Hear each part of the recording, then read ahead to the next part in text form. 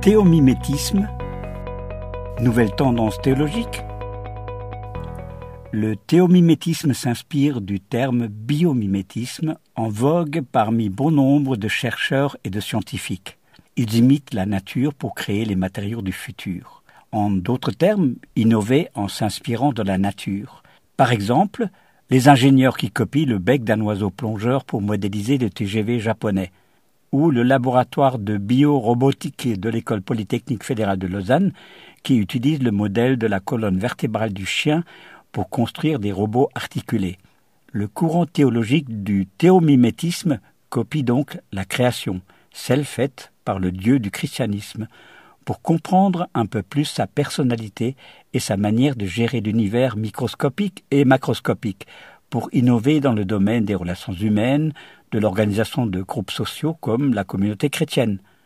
A-t-on le droit de le faire, alors que dans le monde protestant en particulier, la seule source d'inspiration et d'innovation pour les hommes, c'est la Bible?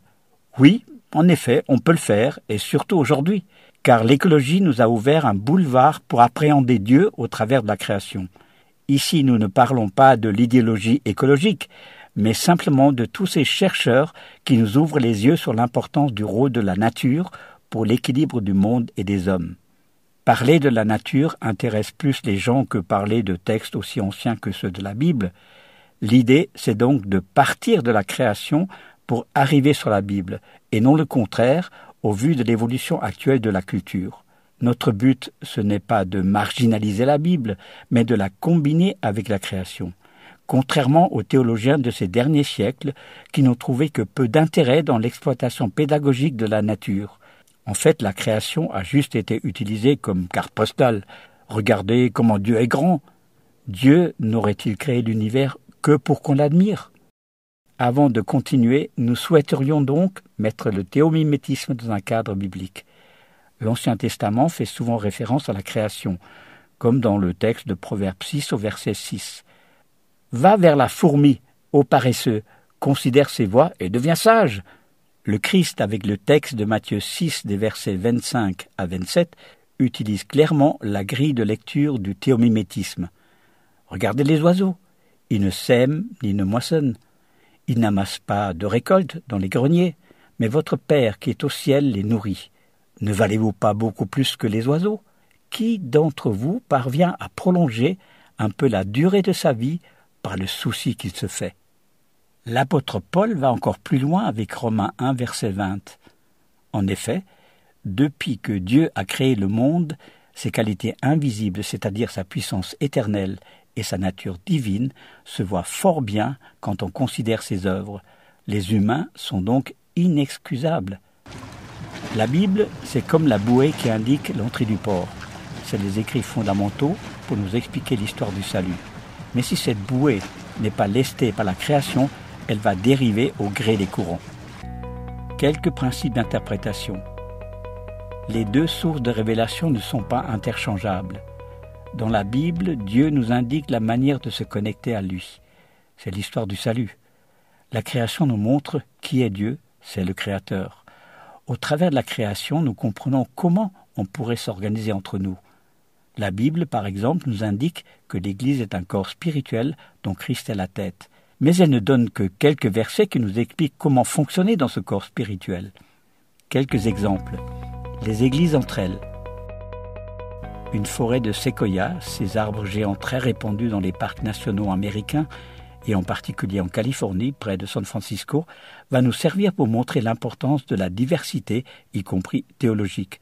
Une des forêts plantées par le naturaliste John Muir, pour préserver au début du XXe siècle cet arbre de l'exploitation abusive par le bûcheronnage, est fort intéressante à visiter.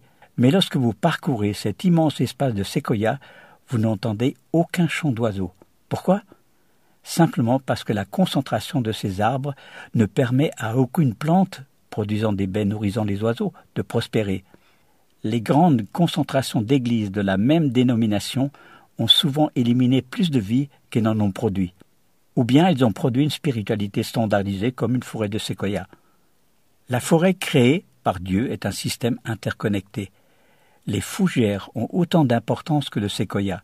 Chaque plante, chaque mousse, Chaque champignon dans les sous-bois a son importance.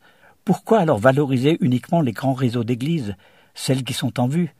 Est-ce qu'une grande église séquoia ne pourrait pas aider une église fougère à prospérer parce que c'est dans l'intérêt de tous? L'écologiste chrétien défend la biodiversité, mais est-ce qu'elle va aussi défendre la spiritualité diversité, même à l'intérieur d'une communauté? L'imposition d'une spiritualité, comme par exemple celle des conservateurs qui combattent le charismatisme, ou vice-versa les charismatiques qui éliminent les courants conservateurs, est-elle compatible avec la pensée du Créateur? La spiritualité en général. Nous sommes les héritiers de la Réforme, ce mouvement déclenché par les Calvin, Luther et autres Zwingli, très lié au système d'enseignement scolaire. Or, ce système nous enseigne à être le meilleur de la classe du début jusqu'à la fin de l'année. Si on prend un modèle du Créateur, on pourrait imaginer une autre approche. Par exemple, celle des saisons, printemps, été, automne et hiver, plus connues sous nos latitudes occidentales. Est-ce qu'on ne pourrait pas admettre que ces cycles puissent exister pour le développement de notre foi? Accepter que nous ayons des temps moins prolifiques spirituellement parlant, comme en hiver, qui est aussi synonyme de repos de la terre. Ce qui est important de prendre en compte, c'est la saison automnale. Si nous n'avons jamais de fruits de bonté, de patience, de persévérance, nous devons nous poser des questions. Mais quant à la fréquence, cela peut dépendre de beaucoup de facteurs. Un modèle appliqué au couple. La Lune, tournant autour de la Terre, stabilise notre planète. Sinon, celle-ci tournerait d'une manière anarchique et déréglée. Symboliquement, on pourrait appliquer ce modèle au couple formé par l'homme et la femme. L'un est un facteur de stabilisation pour l'autre. Bien sûr, il est très important de ne pas pousser la symbolique à l'extrême, en disant par exemple que la lune c'est forcément la femme, donc inculte et vide, tout juste utile pour la nuit, et que l'homme est la terre nourricière. Cet exemple montre les limites de l'utilisation du théomimétisme. On ne peut pas faire fonctionner cet instrument comme lorsqu'on analyse un texte. On ne peut pas exploiter tous les détails, et il faut même apprendre à manier les situations antagonistes. Toute analogie tirée de la création doit être en adéquation avec ce qu'en dit la Bible.